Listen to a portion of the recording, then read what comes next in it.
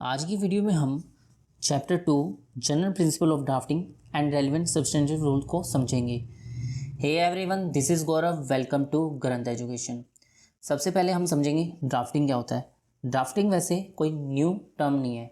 आज तक हम कोई भी चीज़ स्ट्रक्चर्ड वे से राइट करते आ रहे हैं, वही ड्राफ्टिंग है। स्कूल में एप्लीकेशन लिखना, पेपर में कोई आंसर लिखना, वही ड्राफ्टिंग है। बट इन लीगल सेंस में ड्राफ्टिंग का मीनिंग क्या है? आपको कोई लीगल डॉक्यूमेंट प्रिपेयर करना पड़ेगा। अब लीगल डॉक्यूमेंट कौन सा है? कोई एग्रीमेंट भी हो सकता है, कोई कॉन्ट्रैक्ट हो सकता है, कोई डीड हो सकता है। अगर आपको समझना है ड्राफ्टिंग को, तो आपको लॉ, फैक्ट्स और लैंग्वेज को अच्छी तरह से समझना पड़ेगा। अब लॉ क्या है? फॉर एग्जाम्पल, आपने बाय बाय करना है शेयर को, आपको ये देखना पड़ेगा कौन सा लॉ लगेगा। फैक्ट्स क्या है? Number of share buy back कौन से है, कौन से शेयर मैंने बाई बैक करने हैं। लैंग्वेज, लैंग्वेज ऐसी यूज़ करनी पड़ेगी ताकि इन फ्यूचर कोई भी लूप होल्स ना रह जाए। फिर उसके बाद है डेफिनेशन ऑफ ड्राफ्टिंग। सिंथेसिस करना, आपको सिंथेसिस करना पड़ा। किसको सिंथेसिस करना पड़ा? लॉ और फैक्ट्स को। किस फॉर्म में? लैंग्वेज की फॉर्म में। लैंग्वेज की फॉर्म में सिंथेसिस करोगे, ये तीनों चीज़ें, लॉ, फैक्ट्स और लैंग्वेज को आपको इक्वली इंपॉर्टेंस देनी पड़ेगी। फिर है ड्राफ्टिंग। ड्राफ्टिंग क्या है? एक कलेक्शन करना और प्लेसिंग करना सारे मैटर को in simple, logical and lucid manner, ताकि क्या हो सके, जो ड्राफ्टिंग का कंटेंट निकल के आ सके ना, वो अंडरस्टूड हो, ना कि एम्बिगस या बोल सके कन्फ्यूजन ना हो। ड्राफ्टिंग जो होती है ना हमारी, वो सीरियस थिंकिंग के साथ साथ प्रॉम्प्ट एक्शन भी चाहती है। किस चीज़ का एक्शन? आप कोलेक्ट करो, कंसोलिडेट करो और कोऑर्डिनेट करो सारे फैक्ट्स को। किस फॉर्म में? डॉक्यूमेंट की फॉर्म में। और प्रॉपर अंडरस्टैंडिंग जो ड्राफ्टिंग की ना, तब तक रियलाइज नहीं हो सकती जब तक आप लॉ, फैक्ट्स एंड लैंग्वेज के बीच के रिलेशन को अंडरस्टूड ना कर लो और उसको एक्सेप्ट ना कर लो। फिर आता है प्रोसेस ऑफ ड्राफ्टिंग। जो हमारा ड्राफ्टिंग का प्रोसेस है ना, वो टू टाइप का बोल लो, टू प्लेन का बोल लो, टू स्टेप का बोल लो में होता है। पहला क्या है? हमारा कंसेप्चुअल होना चाहिए। फिर होता है वर्बल। हमेशा ड्राफ्ट्समैन क्या, पहले तो सोचे क्या पॉइंट लिखना है, क्या पॉइंट नहीं लिखना, जो पॉइंट लिख रहा हूँ उससे क्या इम्पैक्ट पड़ेगा, और अगर जो पॉइंट मैं छोड़ने जा रहा हूँ तो उससे क्या इम्पैक्ट पड़ेगा। वो दोनों चीज़ों को देख के ही आगे ही उस चीज़ को, ड्राफ्ट को कंपोज करें। इसलिए कहा गया है ड्राफ्टिंग का मतलब फर्स्ट थिंकिंग, पहले सोचो देन कंपोजिंग, फिर कंपोज करो। फिर नेक्स्ट टॉपिक है कन्वेंसिंग। कन्वेंसिंग क्या है? पहले कन्वेंस होता है। कन्वेंस जो है ना, उसको ट्रांसफ़र कहा जाता है। यानी अगर मैं जनरल बात करूँ, कन्वेंस का मतलब होता है एक्ट ऑफ कन्वेंसिंग या ट्रांसफरिंग। ट्रांसफर किसको? किसी भी प्रॉपर्टी, चाहे मूवेबल हो या इमूवेबल हो, किसी भी मोड से, किसी भी लीगल मोड से की जाए एक पर्सन से दूसरे पर्सन के पास, वो होता है कन्वेंसिंग। इसलिए बोला गया है deed of transfer is convinced, जो हमारे मूवेबल और इमूवेबल प्रॉपर्टी को ट्रांसफर किया जाता है according to transfer of property act 1882। Transfer किस तरीके से कर सकते हो? सेल भी कर सकते हो, लीज से भी कर सकते हो, गिफ्ट से भी कर सकते हो, बाय एक्सचेंज और बाय विल भी कर सकते हो। अगर बाय इनहेरिटेंस प्रॉपर्टी ट्रांसफर हो रही है तो उस केस में हम उसको ट्रांसफर नहीं कंसीडर करते। डेफिनेशन ऑफ कन्वेंसिंग क्या कहता है? Section 5 of transfer of property act 1882 बताता है, जैसे ड्राफ्टिंग का मतलब था act of preparing a legal document, मगर कन्वेंसिंग का मतलब है art of drafting of a deed और डॉक्यूमेंट। एक डीड, ऐसे डीड और ऐसे डॉक्यूमेंट को ड्राफ्ट करना जो किससे रिलेटेड हो? इमूवेबल प्रॉपर्टी से रिलेटेड हो। और ये इमूवेबल प्रॉपर्टी कैसे ट्रांसफर हो? एक पर्सन से दूसरे पर्सन के पास। नेक्स्ट टॉपिक है importance of drafting and convincing. अगर आपको ड्राफ्टिंग या कन्वेंसिंग की नॉलेज हो जाती है तो क्या आपको बेनिफिट हो सकते हैं? डॉक्यूमेंट की इंटरप्रिटेशन कर लोगे आप। लीगल कंसल्टेशन जब भी लोगे, आपको समझोगे उसकी बात को, अच्छी तरह से कंसल्ट कर पाओगे और डॉक्यूमेंट को मेंटेन कर पाओगे। और इससे क्या होगा? बेटर इंटरेक्शन होएगी, बेटर कम्युनिकेशन होएगा आपका, मोर इन्फॉर्मेशन एक्सट्रैक्ट कर सकते हो आप, राइट एंड ऑब्लिगेशंस पार्टीज की सेट आउट कर सकते हो और वर्केबल सॉल्यूशन पर आ सकते हो। और लास्ट में क्या है, जो ड्राफ्ट डॉक्यूमेंट है ना, उसको एंग्रोस करके और एग्जीक्यूट कर सकते हो। नेक्स्ट टॉपिक है, हमें ड्राफ्टिंग और कन्वेंसिंग के बीच में डिफरेंस बताना है। हमने देख लिया कि जो ड्राफ्टिंग है ना, हमारा वाइडर कंसेप्ट है, और कन्वेंसिंग क्या है? नैरो कंसेप्ट है। क्यों? ड्राफ्टिंग तो ना हर तरह के डीड बन जाएगी, मगर कन्वेंसिंग के अंदर वही डीड या डॉक्यूमेंट ड्राफ्ट होगा जो रिलेटेड होगा ट्रांसफर ऑफ प्रॉपर्टी से, इमूवेबल प्रॉपर्टी से। तो ये लिखा वाइडर कंसेप्ट वाला पॉइंट। और ये क्या है कि जो प्रिपरेशन ऑफ एनी डॉक्यूमेंट हो गया ड्राफ्टिंग के केस में, मगर कन्वेंसिंग के केस में क्या है, reservation only those document which are related to transfer of property. फिर ये जो कहा, जो ड्राफ्टिंग है ना, वाइडर कंसेप्ट है, तो हर जगह पर इसको डिफाइन किया गया होगा। इसका जैसे कि सेल ऑफ गुड एक्ट के अंदर, जनरल क्लोज एक्ट 1897 के अंदर, ऐसे ही हमारा कन्वेंसिंग जो टर्म है वो कन्वेंस से मिला है, और जो डिफाइन किया कर रहा है इंडियन स्टैम्प एक्ट 1899 के। अब ड्राफ्टिंग के एग्जांपल दे रहे हैं, आर्बिट्रेशन एग्रीमेंट, सर्विस एग्रीमेंट, और कन्वेंसिंग में सेल डीड होगा, लाइसेंस डीड होगा, गिफ्ट डीड होगा, एक्सेट्रा।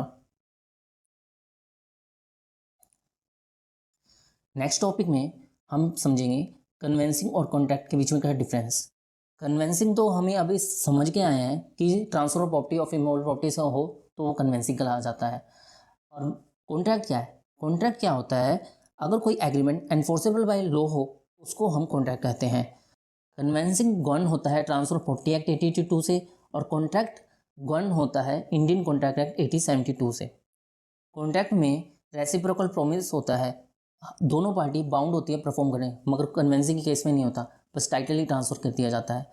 और कॉन्ट्रैक्ट में क्या होता है, अगर कोई पार्टी ब्रीच करती है तो क्या होएगा, उसके अगेंस्ट में कुछ ना कुछ एक्शन होगा, या किस फेवर में कोई रेमेडीज दी जाएगी। मगर कन्वेंसिंग के केस में ऐसा कुछ नहीं होता, ऐसा कोई राइट ऑफ एक्शन नहीं होता। हाँ, जो राइट दे रखा है उसमें कुछ अल्ट्रेशन जरूर कर देंगे।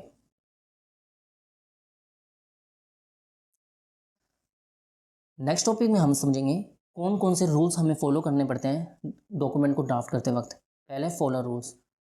फॉलो रूल कहता है direct, simple, brief, vigorous and lucid. मतलब क्या है, जो भी बात करनी डायरेक्ट कहनी है, सिंपल वे से, सिंपल लैंग्वेज यूज़ करो, सिंपल प्रोफेशनल लैंग्वेज यूज़ करो, ब्रीफ में करो। ऐसा नहीं है बढ़ा चढ़ा के 2-3 पेज कर दिए, जो बात आप एक पेज में या हाफ पेज में बोल सकते हो तो उसको उतने में ही राइट कर दो। विग्रस, अननेसेसरी रिपीटेशन, कोई भी मैटर ना डालो, अननेसेसरी सिनोनिम्स वगैरह यूज़ ना करो। लुसाइड, आपको ऐसी लैंग्वेज यूज़ है कोई भी कन्फ्यूजन नहीं रहनी चाहिए। अगर मैं कोई पेनल्टी की बात करता हूँ तो मैं साफ क्लियर शब्दों में लिख दूं कि हाँ भाई इतनी पेनल्टी इस पर लगेगी। इन्हीं चीज़ को जनरल टर्म में कहना चाहें तो कह सकते हैं, हमें फैमिलियर वर्ड को प्रेफर करना पड़ेगा रादर देन फारफेच वर्ड को। कॉन्क्रीट वर्ड होने चाहिए रादर देन अब्स्ट्रैक्ट वर्ड। अब कॉन्क्रीट वर्ड, अगर मैं कहूँ IT एक्ट, अब कई लोग तो समझेंगे ये तो इन्फॉर्मेशन टेक्नोलॉजी एक्ट की बात हो रही है, और कई सोचेंगे इनकम टैक्स एक्ट की बात हो रही है। हमें क्लियर दिखाना पड़ेगा हम कौन से एक्ट की बात कर रहे हैं। सिंगल वर्ड रादर देन सर्कमलोकेशन, मतलब क्या है, अगर कोई वर्ड यूज़ कर रहे हैं तो उसी वर्ड को यूज़ कर रहे हैं, ये नहीं है कि सिनोनियम्स यूज़ करने लग जाओ उससे रिलेटेड। एक्टिव वाइज लेना पड़ेगा, पैसिव वाइज को नहीं यूज़ करना आपने। शॉर्ट वर्ड यूज़ करना है लॉन्ग वर्ड की जगह। सेक्शन यूज़ करना है रादर देन रोमन, मतलब क्या है, आपको 1 to 3 यूज़ करना है, ना कि ये वाला यूज़ करना है, फर्स्ट सेकंड। फिर आता है स्केच और scheme of the draft document. इसमें क्या है, आपको ना ये हमेशा जो ड्राफ्ट्समैन होता है उसको एडवाइस किया जाता है ड्राफ्टिंग को स्टार्ट करने से पहले एक आउटलाइन बना ले कि हाँ भी कौन कौन से पॉइंट्स मेरे को लिखने हैं। यानी जैसे कि मेरे को पहले नेम लिखना है, फिर उसके बाद जैसे कि मेरे को कोई कंसिडरेशन वाली कोई बात लिखनी है, फिर उसको प्रॉपर्टी के बारे में डिस्क्राइब भी कर देना है, कहाँ पर एड्रेस है, क्या कंसिडरेशन लिया जा रहा है, इस तरीके से सारे पॉइंट ले रहे हैं। इससे क्या होता है, अगर ये रूल को फॉलो नहीं करता तो काफ़ी चीज़ें क्या हो जाएंगी, हम छोड़ देंगे जो ड्राफ्ट के अंदर डालनी जरूरी थी, और काफ़ी चीज़ें ऐसी डाल देंगे जो ड्राफ्ट में डालनी जरूरी नहीं थी। फिर आता है skeleton draft and its self appraisal.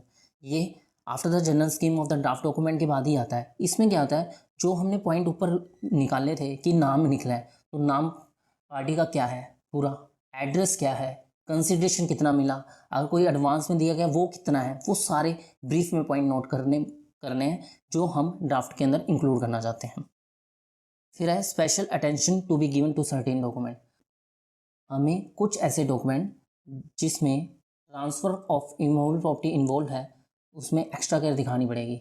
मतलब क्या है इस बात का, एक्स्ट्रा केयर का, आपको ध्यान रखना पड़ेगा जो पर्सन प्रॉपर्टी को अगर ट्रांसफ़र कर रहा है एक्चुअल में ओनर वही है क्या। अगर हाँ ओनर है, मगर जितना वो इंटरेस्ट ट्रांसफ़र करने की बात कर रहा है एक्चुअल में उसका है या नहीं है। अब ये सारी चीज़ें किस तरीके किस की हेल्प से आप देख सकते हो, आप एडवोकेट की हेल्प ले सकते हो, लॉयर की हेल्प ले सकते हो, सॉलिसिटर की हेल्प ले सकते हो, अगर वेंडर क्या है जो हमारे सेलर है कॉर्पोरेट यूनिट हुआ तो ROC की भी हेल्प ले सकते हो। अगर हमें कुछ परमिशन लेनी भी पड़ रही है एडवांस में, जैसे फ्रॉम द डिफरेंट एनेक्टमेंट, जैसे इनकम टैक्स से, लेसर कंसेंट या कंपनी एक्ट, आप उसको ऑब्टेन करो, एडवांस में ले लो। जहाँ भी इसको प्लेस करना है, इस परमिशन को प्लेस करना है और उसको प्लेस कर दो। Expert opinion. एक्सपर्ट ओपिनियन का मतलब ये है, अगर आपने एक डॉक्यूमेंट फर्स्ट टाइम बनाया और आपको पता है कि आप इसको टाइम टू टाइम इसको यूज़ करोगे विद मॉडिफिकेशन, बेस्ट ये रहेगा जो भी पर्सन इस मैटर में एक्सपर्ट है उसकी हमेशा राय ले लेना, उसका ओपिनियन ले लेना, फिर उसको यूज़ करना। फिर है डू एंड डोंट्स, कौन कौन से काम करने चाहिए, कौन कौन से काम नहीं करने चाहिए, यानी क्या आपको ड्राफ्टिंग के टाइम में क्या माइंड में रखना है, क्या नहीं रखना। ये कहता है पहले डोंट को देखो, आपको क्या करना है, सिमिलर साउंड वर्ड को अवॉइड करना है जिसमें कन्फ्यूज़न हो जाती है, एंड और एंड, एम्प्लॉयर और एम्प्लॉई, मोर्गेजर और मोर्गेजी, इस तरीके से आपको कई बार कन्फ्यूज़न राइज हो जाती है। इसको आपको अवॉइड करना है, यूज़ ना करो। जब भी क्लोज को रेफ़र करोगे ना, पूरा का पूरा क्लोज नहीं लिख दोगे, आप क्या करो, नंबर बता दोगे कि हाँ भी इस टॉपिक की बात मैं पहले ही सेकंड क्लोज में बता चुका हूँ, तो रेफर क्लोज नंबर 2। फिर है, आपको जब भी कोई नेगेटिव बात लिखोगे ना, ध्यान से लिखना, पहले तो अवॉइड ही करो नेगेटिव लिखने से, अगर लिखनी भी पड़ रही है तो ध्यान से लिखनी है। फिर उसके बाद है, अगर ना कोई भी 2 पर्सन को आप अपना एक ड्राफ्टिंग कर रहे हो, एक डॉक्यूमेंट बना रहे हो, उसमें आप क्या ऑथराइज़ करना चाहते हो किसी भी कोई भी काम के लिए, आपको उनके बीच की पोजीशन को क्लियर रखना पड़ेगा। यानी कहना क्या चाहता है, आइदर और बोथ वाली जो टर्म है ना, उसको अच्छी तरह यूज़ करना, और लेस देन मोर देन की जगह आप नॉट एक्सीडिंग यूज़ करना। अब डू क्या है, आपको group of words to single word पे आना पड़ेगा। यानी group of word to single word का यूँ समझो कि अगर मैं कहूँ कि कोई पर्सन है भगवान को मानता है, तो मैं एक लिख दूँ who believe in God, a person who believe in God, अगर लिख दूँ एथिस्ट, एक वर्ड हो गया। Round, avoid round about construction, यानी गोल गोल घुमा घुमा के बातें नहीं करनी, जो बात करनी क्लियर करनी, जो हमने फॉलो रूल्स के अंदर भी पढ़ा था, जो भी बात करनी डायरेक्ट करनी है। फिर avoid unnecessary repetition, unnecessary repeat नहीं होना चाहिए, जितना हो सके शॉर्ट टर्म में बताने की कोशिश करो, अपना आइडिया फ्यूअर वर्ड्स में बताओ, एक्टिव वॉइस को यूज़ कर लेना, राइट वर्ड को यूज़ करना, और आप जो भी वर्ड या सेंटेंस कुछ भी लिख रहे हो, कोई फ्रेज़ यूज़ कर रहे हो, आपको पहले पता होना चाहिए उसका मतलब क्या है। और फिर क्या करना, लास्ट में क्या करना, उस डॉक्यूमेंट को पढ़ के देखना और खुद सेटिस्फाई होना, पढ़ के देखना कि हाँ भी जो मैं बताना चाहता हूँ क्या रीडर भी उसी को इसी तरीके से समझेगा या नहीं समझेगा। फिर use simple verb for group of word, इसको एग्जाम्पल से समझाता हूँ। जैसे शी मेड अ डिसीजन और शी डिसाइडेड, एक ऐसे बोलूँ कि उसने कोई डिसीजन लिया, या कहूँगा शी डिसाइडेड या शी मेड अ डिसीजन, एक थोड़ा सा लंबा कैसे, उस तरीके आपको सिंपल वर्ब क्यों है, शी डिसाइडेड। नेक्स्ट टॉपिक है, कई बार ड्राफ्टिंग करते हुए राइटिंग के टाइम में कुछ गलतियाँ हो जाती है। कौन कौन सी गलती होता है, एंड और में कई जगह एंड आना होता है, एंड ना लिख के और लिख दें, और की जगह एंड लिख देते हैं। एनी और माई में भी हो जाती है, नो और नाउ में भी हो जाती है, अपॉइंटेड और अप्लाइड में भी हो जाती है, और कई जगह प्रेजेंट टेंस यूज़ करना होता है, पास्ट टेंस यूज़ हो जाता है।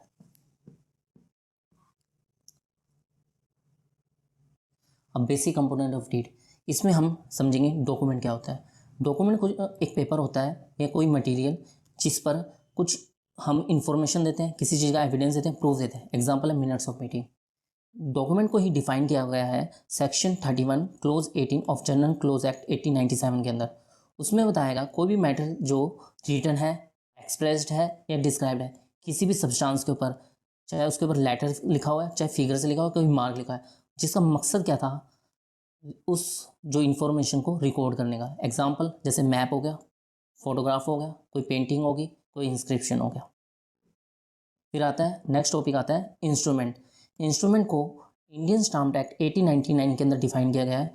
हर डॉक्यूमेंट इंस्ट्रूमेंट है अगर वो राइट या लाइबिलिटी को क्रिएट करते हैं या एक्सटिंग्विश करते हैं या एक्सटेंड करते हैं या लिमिट करते हैं या ट्रांसफ़र करते हैं या रिकॉर्ड करते हैं, वो सारे डॉक्यूमेंट क्या है, इंस्ट्रूमेंट है। और फिर इसलिए कहा गया all the instrument are document but all the document not a instrument. Stamp duty क्या है, हर इंस्ट्रूमेंट पे देनी पड़ती है। एग्जाम्पल दे दिया प्रोमिसरी नोट। फिर इसमें पढ़ा हमने, जुडिशियल अनाउंसमेंट आई थी कि जो इंस्ट्रूमेंट होता है ना, वो अवार्ड भी है। कब, ये कौन से केस में डिसाइड किया है, पुरुषोत्तम वर्सेस पोद्दार में। और जो एक्ट ऑफ द पार्लियामेंट का होता है ना, वो इंस्ट्रूमेंट नहीं है, अनलेस अगर कोई ऐसी स्टैट्यूटरी डेफिनेशन उसी एक्ट में नहीं लिखी गई, अगर लिखी हुई है कि हाँ भी जो एक्ट ऑफ पार्लियामेंट है ना उसको भी आप इंस्ट्रूमेंट मानो तो मानोगे, वरना नहीं मानोगे। तो वो वीपी शुगर वर्क्स और सीआई स्टाम्प्स में हुआ।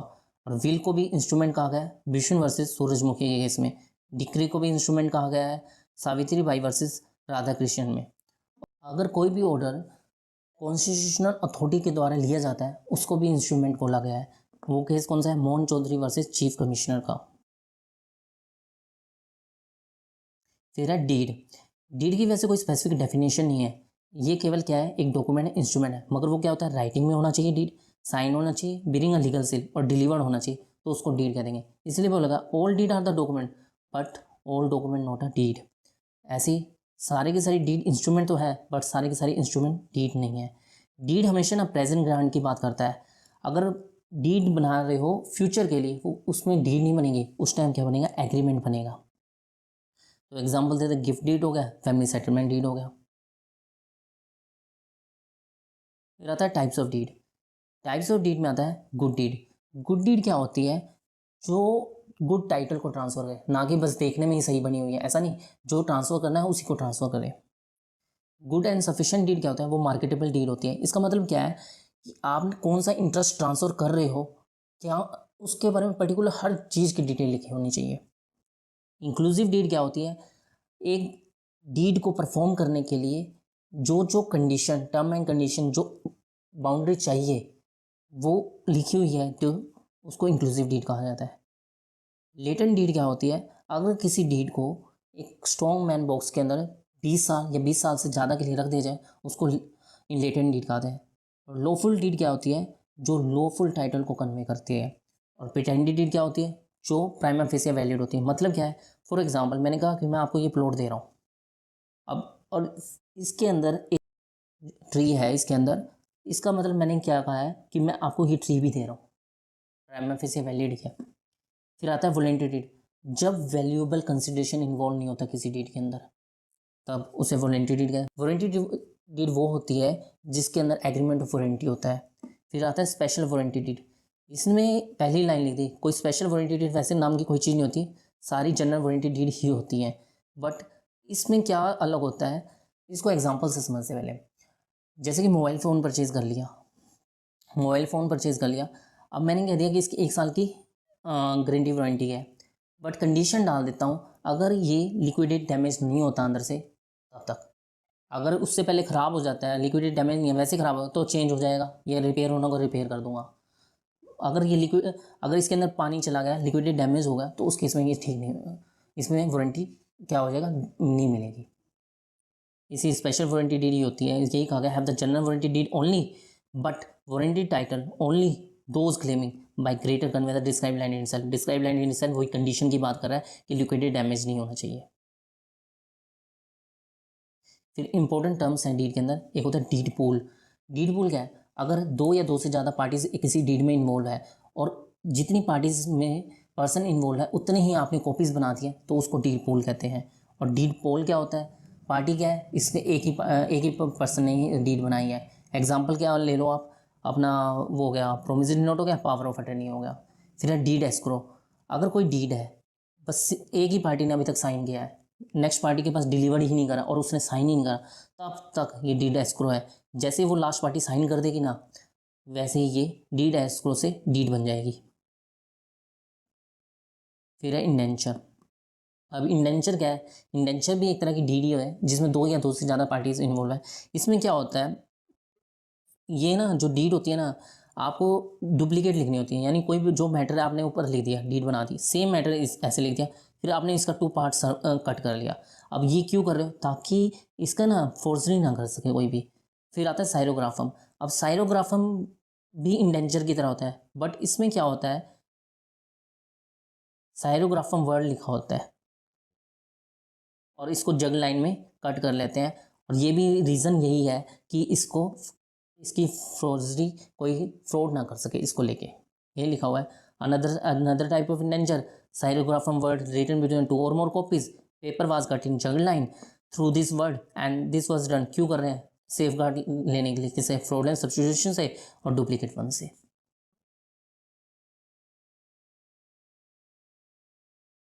फिर आता है कंपोनेंट ऑफ डीड। अब जो डीड है उसके कंपोनेंट्स या पार्ट्स बोलो या क्लोज बोलो। पहला आता है नेम ऑफ डीड। जब भी आप डीड लिखोगे ना, सबसे पहले स्टार्ट करोगे उसके नेम से। अब नेम क्या है, कैपिटल लेटर में होना चाहिए। और इससे क्या होगा, जो भी पर्सन उस डीड को पढ़ेगा ना, जैसे नेम पढ़ेगा उसको नेचर पता चलेगा, ये सेल डीड है, ये लीज डीड है, ये मॉर्गेज डीड है, ये फैमिली सेटलमेंट डीड है। उसको क्लियरिटी हो जाएगी कि हाँ भी इस तरह की डीड है, तो इस तरीके से रिलेटेड ही कंटेंट होगा, यानी उसको सिग्नल मिल जाएगा about the content of the deed के अंदर कौन सा कंटेंट इन्वॉल्व है नाम पढ़ते ही। फिर date and place. Date and place क्या है, आपको ना जब भी डीड बनाओगे ना, डेट और प्लेस भी मेंशन करोगे। अब डेट और प्लेस को मेंशन करने के फ़ायदे बहुत है। अगर डेट मेंशन कर रहे हैं तो लॉ ऑफ लिमिटेशन लगना, रजिस्ट्रेशन लगना हो जाता है। अगर आप किसी डेट के अंदर डेट मेंशन नहीं करते, अगर डेट मेंशन भी करती है और वो डेट गलत मेंशन करती है, यानी ऐसी जैसे कि मैं कह दूँ 31 फरवरी आती नहीं है, उस केस में भी वैलिड है। अगर आपके जो डीड है उसमें डेट नहीं है तो ओरल एविडेंस भी ना वो एडमिसिबल होगा, कि जो इस बात को प्रूव करेगा कि हाँ भी इस तरह की डीड बनी है। डेट ऑफ डीड क्या होगा, जिस दिन पार्टी साइन करेगी। और एक से ज़्यादा पार्टी है तो उस केस में जिस दिन लास्ट पार्टी साइन करेगी उस डेट को ही डेट ऑफ एग्जीक्यूशन कहा जाएगा। और बेस्ट क्या रहेगा, आप लिखो पूरी तरीके से डेट लिखो, जैसे लिखते हो 23 मार्च, और इसको साथ साथ इसको नंबर में भी लिख देना। फिर प्लेस क्या है, प्लेस भी यही करता है, डिटरमाइन करता है आपके टेरिटोरियल और लीगल जुडिशन को, जो हेल्प करता है आपके रजिस्ट्रेशन के अंदर, स्टैंपिंग के अंदर और क्लेमिंग ऑफ लीगल रेमेडीज़ के अंदर। और इसको मेंशन इस तरीके से किया था this 7 day of June 2016 at Nagpur place के लिए। पार्टीज टू डीड में क्या है, आपके डीड में कौन कौन सी पार्टीज है उसको फुल्ली डिस्क्राइब कर दो। बेस्ट तो यही रहेगा कि जो पर्सन ट्रांसफ़र जो दे रहा है, अपनी प्रॉपर्टी ट्रांसफ़र कर रहा है, उसकी डिटेल मेंशन करना, और जो पर्सन ले रहा है प्रॉपर्टी यानी ट्रांसफरी उसको बाद में मेंशन करना उसकी डिटेल। अब ये कर रहे क्यों है, ताकि पर्सन को यानी पार्टीज़ को ईजिली आइडेंटिफाई कर रहे। अगर नॉन जुडिशियल पर्सन हुआ यानी कंपनी हुआ तो उस केस में आप रजिस्टर्ड ऑफिस भी मेंशन करोगे, साथ साथ किस एक्ट में वो कंपनी रजिस्टर्ड हुई है या सोसाइटी रजिस्टर्ड हुई है उसके बारे में बताओगे। फिर अगर अगर आप चाहते हो आपके डीड आपके सक्सेसर को भी यानी पार्टीज़ के सक्सेसर को भी इन्वॉल्व करें, तो आप पार्टीज़ को जब डिस्क्राइब कर लोगे ना, उसके बाद एक क्लोज ऐड कर देना, the party shall include their heir successor assigning a legal representative.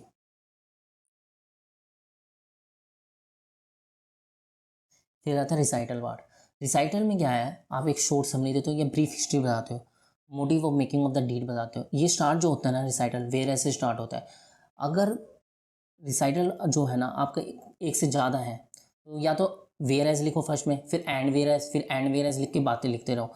Best तो ये रहेगा कि आप उस रिसाइटल को पैराग्राफ में डिवाइड कर लो, यानी फर्स्ट ऊपर ऊपर वेयर एज कैपिटल में लिख के ना, फिर उसके बाद 1 2 3 4 लिखने लग जाना।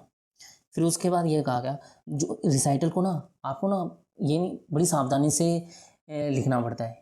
ऐसा क्यों है, अगर मान लो कि आपका ऑपरेटिव पार्ट जो आप टर्म एंड कंडीशन रिसाइटल के बाद बताते हो, वो अगर एम्बिगियस होती है, कोई कन्फ्यूज़न होती है, तो आपका रिसाइटल पार्ट काम आता है। उस टाइम बताता है कि क्या इंटेंशन रही थी, इसीलिए कहा गया recital should be inserted with great question because they proceed the operative part, क्योंकि इसके अंदर जो फैक्ट्स लिखे होते हैं रिसाइटल के अंदर वो एक्सप्लेन करते हैं ऑपरेटिव पार्ट को। अगर आपका ऑपरेटिव पार्ट एम्बिगियस हो जाता है तो उस केस में ये जो रिसाइटल है ऑपरेट करेगा ऐसे एस्टोपल की तरह। वैसे तो रिसाइटल को ना एज ए एविडेंस नहीं कंसीडर किया जाता, बट कोर्ट इसको इंटरप्रिटेशन के लिए कंसीडर कर सकता है। इसलिए कहा जाता है जो भी क्रोनोलॉजिकल इवेंट आप रिसाइटल में लिखोगे, क्रोनोलॉजिकल ऑर्डर में लिखना। और इसलिए recital carry the evidentiary importance in the deed. इस केस में रामचरण वर्सेस गिरिजा नंदिनी के केस में बोला गया था।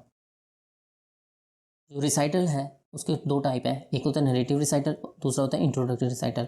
नरेटिव रिसाइटल में आप रिसाइट करते हो पास्ट हिस्ट्री के बारे में, जिसमें वो सारे फैक्ट्स और इंस्ट्रूमेंट बताते हो जो ये बताएंगे जो पर्सन है, जो पार्टी है, उसका रिलेशन क्या है, टाइटल क्या है, रिलेशन क्या है, किससे, सब्जेक्ट मैटर से यानी जो प्रॉपर्टी है या जो आपका मैटर है उससे, और कैसे आपने प्रॉपर्टी को ओरिजिनली अक्वायर करा, हेल्ड करा, और किस तरीके से आपके पास ये प्रॉपर्टी आई है, इसे आप किस तरीके का इंटरेस्ट ट्रांसफ़र कर रहे हो, और ये सब कुछ आप क्रोनोलॉजिकल ऑर्डर में लिखना।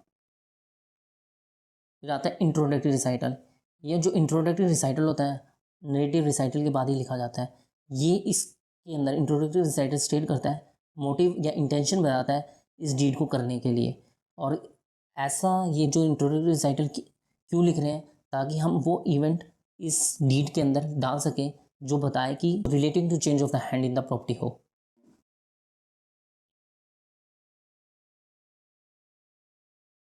फिर आ गया टेस्टेटम क्लोज। टेस्टेटम क्लोज को हम विटनेसिंग क्लोज भी कहते हैं, जो रेफर करता है इंट्रोडक्टरी रिसाइटल को और ये बताता है हमें कंसिडरेशन जो मिल रहा हो और एक्नॉलेजमेंट भी, कंसिडरेशन जो मिला है उसका बारे में और उसकी एक्नॉलेज भी देता है। फिर उसके बाद ये स्टार्ट होता है नाउ दिस डीड विटनेसेस। अगर एक से ज़्यादा ऑब्जर्वेशन हो तो शुरू होगा now this deed witnesses as follows.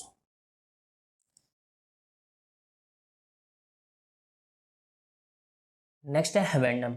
हैवेंडम define करता है को किस टाइप का आप इंटरेस्ट कन्वे कर रहे हो और वो सारी लिमिटेशन बताता है जो उस प्रॉपर्टी में इन्वॉल्व होती है। हैवेंडम जो होता है ना वो स्टार्ट होता है टू हैव टू होल्ड और to have to hold to the use of से, मगर मॉडर्न डीड के अंदर ये जो हमारे है ना टू हैव टू होल्ड और to have to hold the use of, इसको ओमिट कर दिया गया है।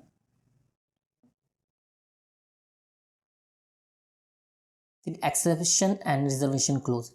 Permission of certain right enjoy करते हैं, कौन ट्रांसफ़र करता है प्रॉपर्टी के ऊपर, जो एग्री कर चुके हैं, कौन एग्री कर चुका है ट्रांसफरी। और जो ये स्टार्ट होता है ना सब्जेक्ट टू से स्टार्ट होता है।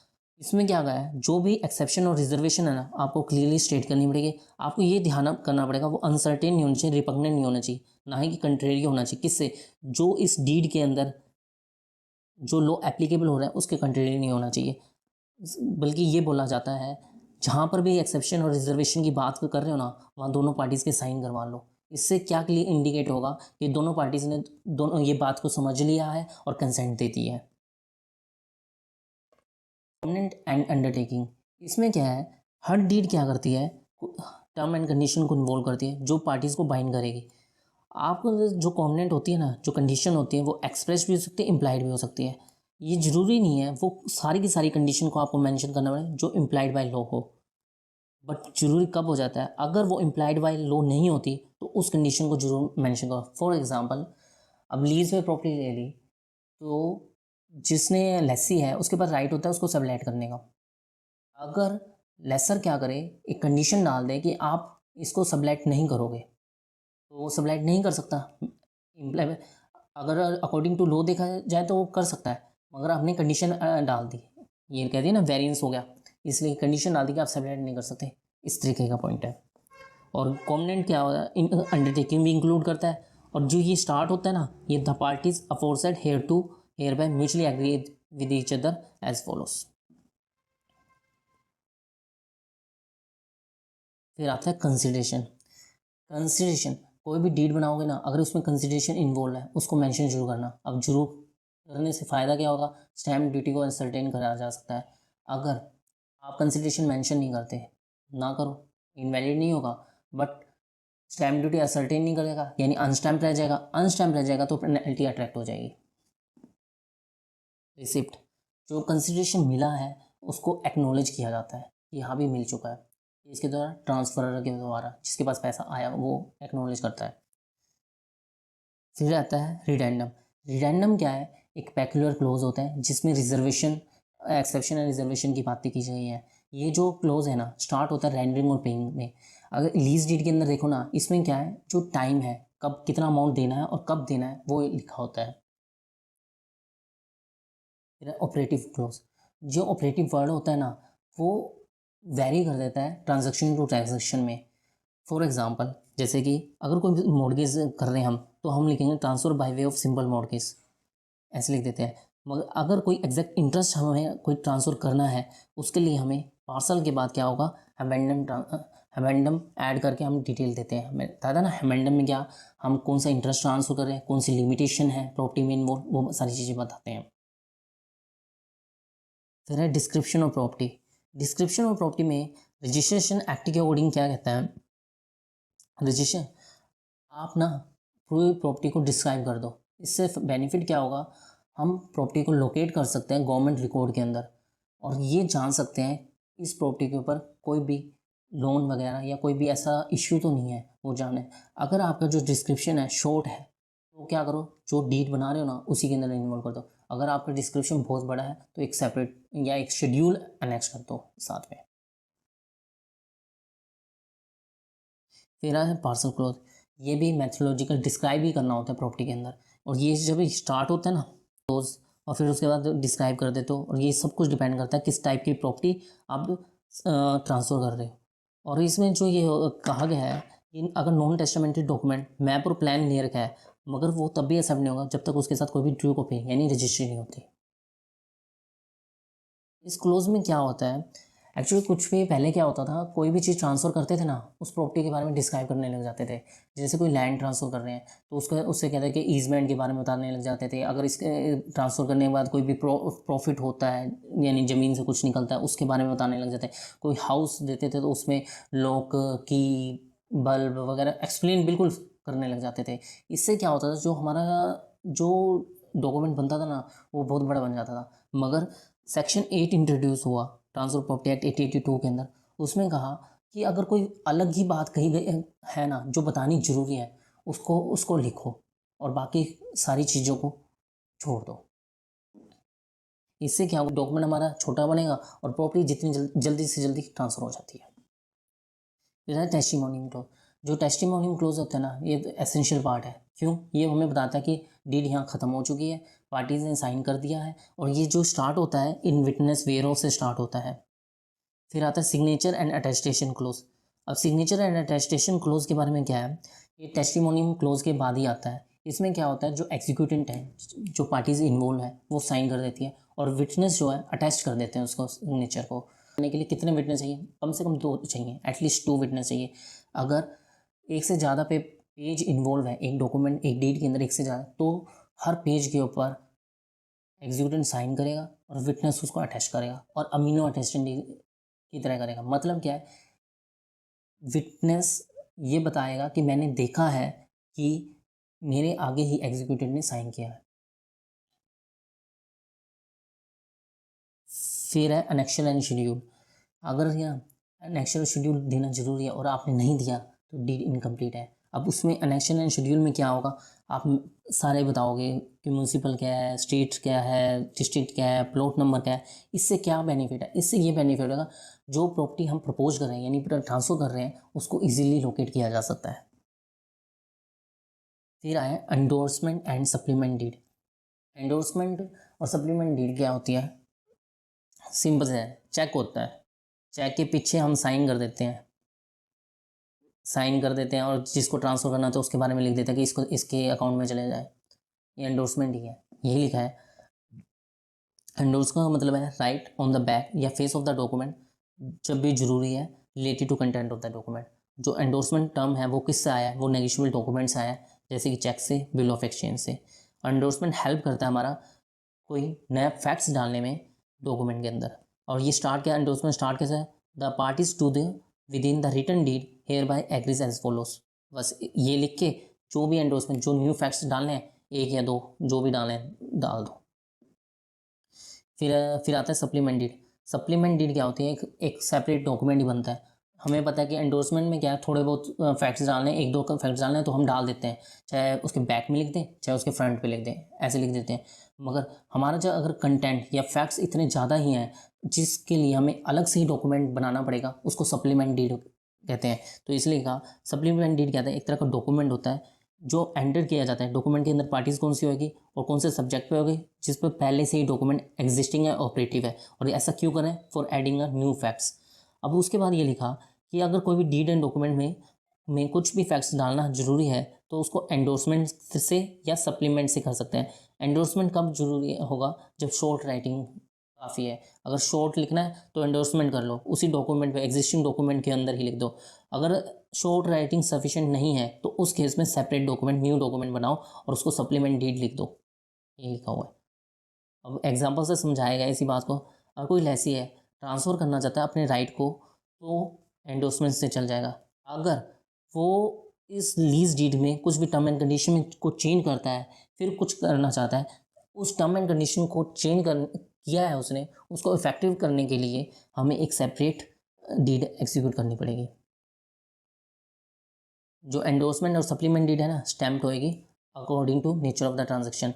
फिर इसके भी एक्सेप्शन है, कब स्टैम्प ड्यूटी नहीं पे करें, अगर एडवांसमेंट कर रहे हैं प्राइवेट डीड के ऊपर या मॉर्गेज डीड के ऊपर, रिसिप्ट ऑफ मॉर्गेज मनी पर, या transfer of bill of exchange हो गया, पॉलिसी ऑफ इंश्योरेंस और गवर्नमेंट सिक्योरिटी, इस केस में स्टैम्प ड्यूटी पे करने की जरूरत नहीं है।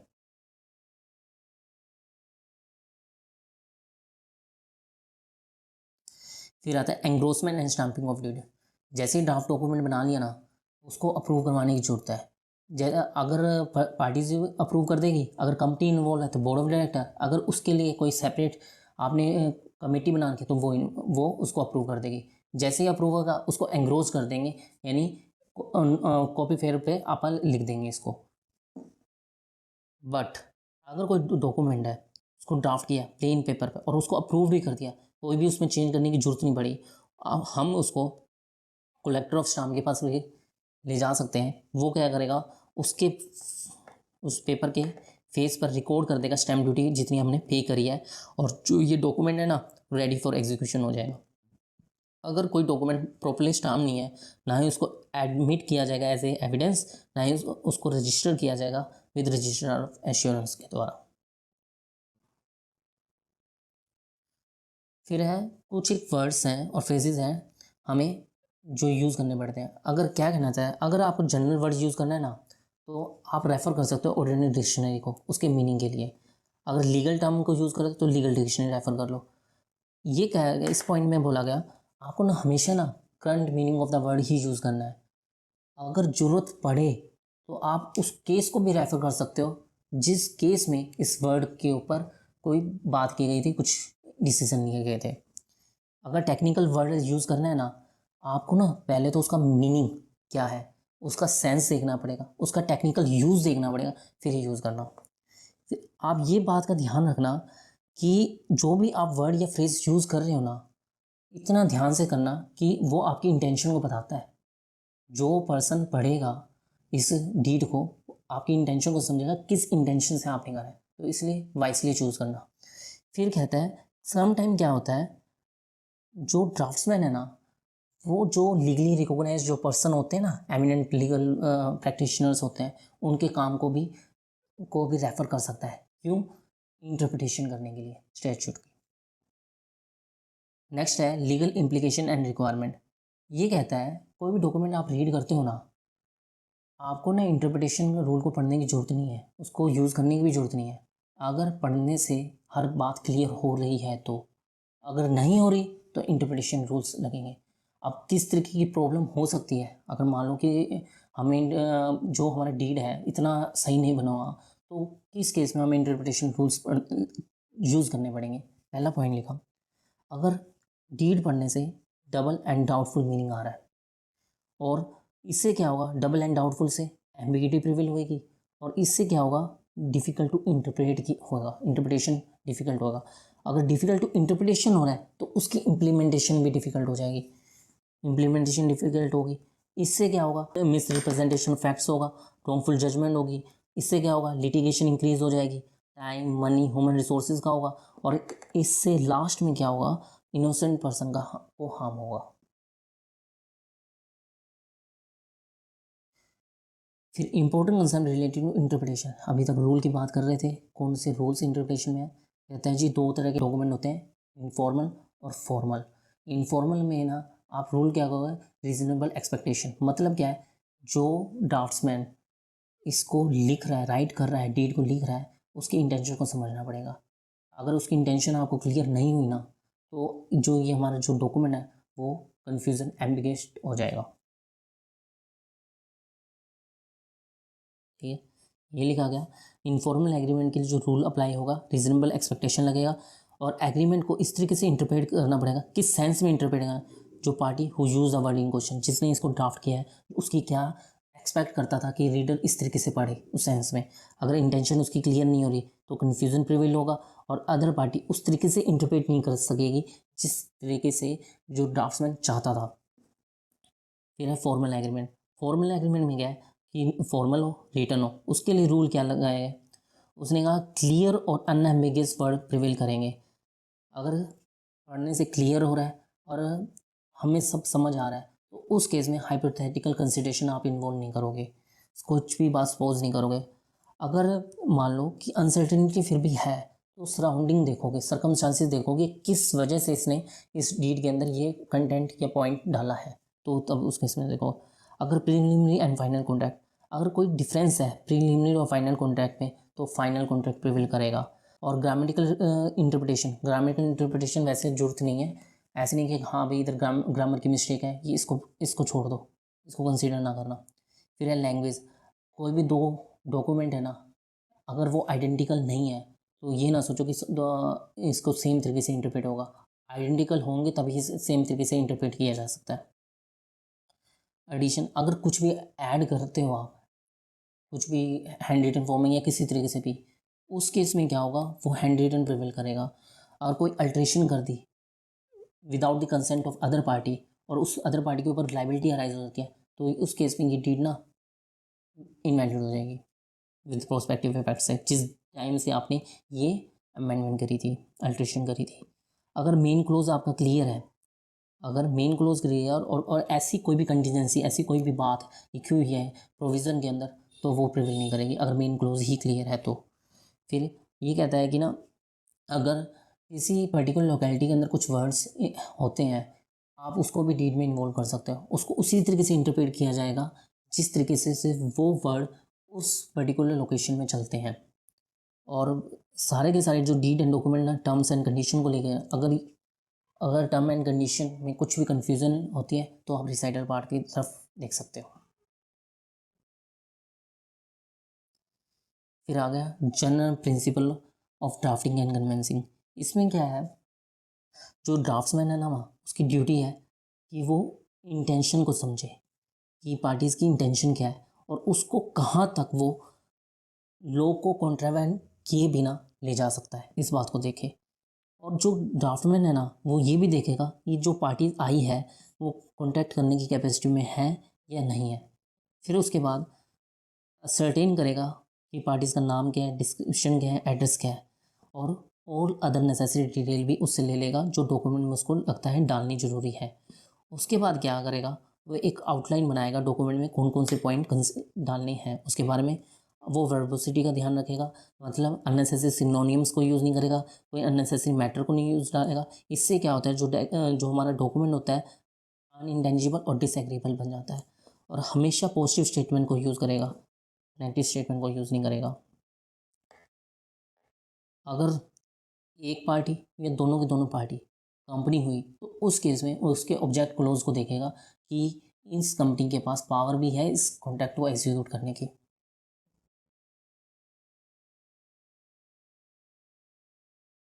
Thank you.